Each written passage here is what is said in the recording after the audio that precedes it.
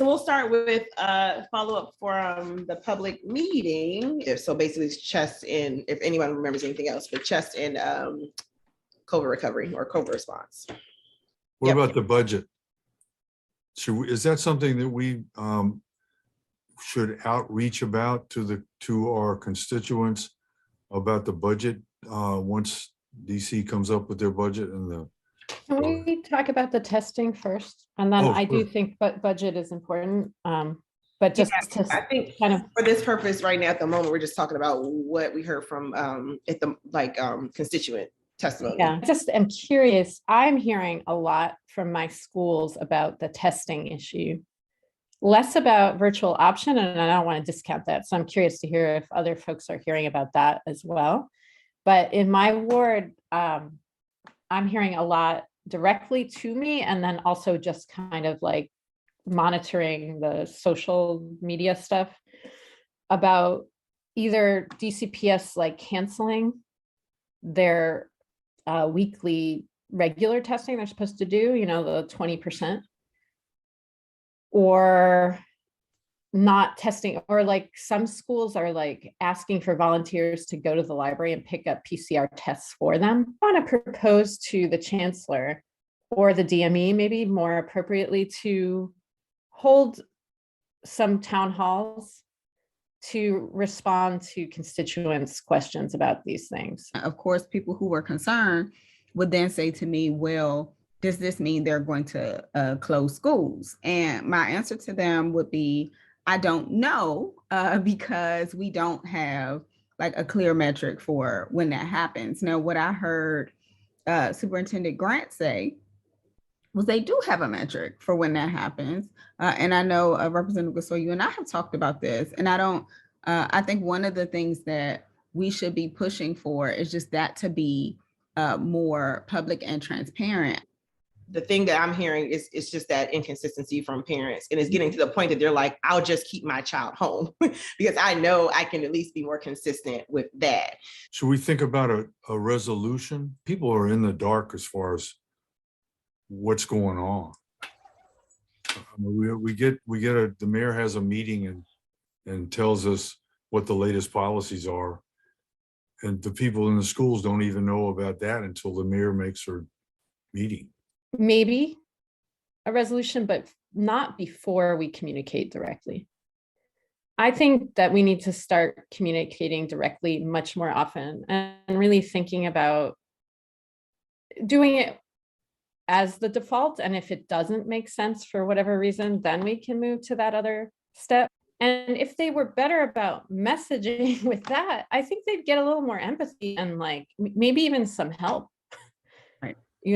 And so I think our first step should be to communicate, just communicate that and then ask them, so what do you think would be the best way to improve that situation? I do think they should see us as a partner, because people do call us, people do show up at our meetings and raise certain things.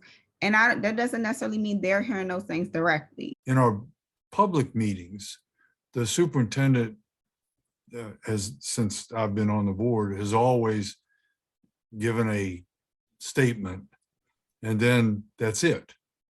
Is there any kind of a format? Emily, I think you'd know more than. John Paul is raising his hand. Superintendent attends our meetings as a guest, and so not as a member of the board. And so it wouldn't be like if we were in the old council chambers, it wouldn't be appropriate for us to address questions directly to someone else on the dais. And so we don't do that during virtual meetings either, because she's not a member of the board. And so we don't address folks that are not panelists or witnesses during public meetings. Would be in the working sessions, we would be able to have a conversation. It is much more informal, but the superintendent doesn't often attend our working sessions. It is more times for her staff to brief on particular issues. And I think, we might be able to have those types of conversations. I would note as well, though, that I don't know that we would necessarily want that to happen in the public space like that. Questioning, we don't have oversight, and that's not our function. And so questioning an agency director in that type of way is not really an appropriate thing for the state board to do in our meetings. I hear what you're saying, John Paul. I think we could maybe at least quarterly or something invite her the way we invite the chancellor or the DME.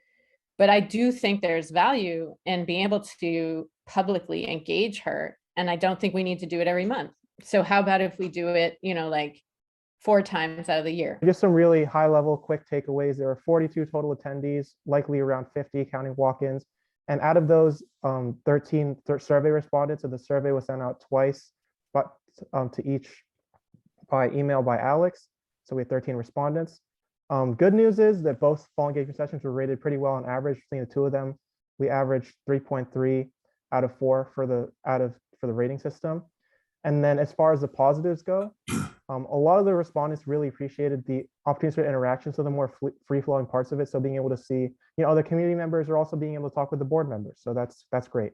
The one constant feedback we did get that they like to see improved was that a lot of respondents felt there wasn't enough time for each of the sessions, and also not enough time for them to really interact. There was a lot of presentation, but not much conversation. And then finally, I just wanted to put up some other topics that respondents also wanted to hear from the state board about. So those include high school graduation requirements, COVID and school reopening, technology equity, social emotional wellness, teacher retention, and DEI efforts in schools. We didn't come away with a lot of feedback on, sort of what folks took away or wish they had learned more about, or all of those things that would have helped us be more informed about those topics. So all of you should have received an email yesterday from Alex. He, along with the fellows and myself, looked at the call log for 2021 and just put together a bunch of bullets and analyzed the calls that came in. I'm going to share my screen. So in 2021, and when we say 2021, we mean January 5th, 2021 to January 10th, 2022, we had 1,071 phone calls. And to put that into perspective, last year, 2020, we had 751 calls. And in 2019, prior to the pandemic, there were about 250 calls, around 250s. And so there's just been a major increase in phone calls per day. The biggest issues that come up are record requests. So we received 347 calls based on record requests. Callers would ask for transcripts for themselves, or it could be an organization calling on behalf of an individual to check on their records. And so that was the top one. School complaints was the next highest topic at 200 calls. And then the third topic is district-wide education systems and operations, just general questions. A lot of my calls are non-district residents asking about teaching in the district. I would like to say that we've become more visible. We were much more visible as a board in 2021. And maybe that has something to do with, but I don't know. So it might be good to have a refresher for members on those sensitive topics. Even like some people, Serena one time was, was like somebody was looking for a child, and it was like, do we have the ability to even talk about that? So just preparing members for those cases that kind of can get sensitive for being a public official, but then also want to be responsive to people who are reaching out to us. Are we mandated reporters? Okay, if ever I think that's something that we need to talk about at the retreat. Can we do a regular review on the constituent feedback form as well? I would like to do that monthly, or at least by however often we do it, because if I'm going to send it out to folks, I want to kind of know what we're doing with it. Thanks. A fabulous meeting. Thanks, everyone. Thank you.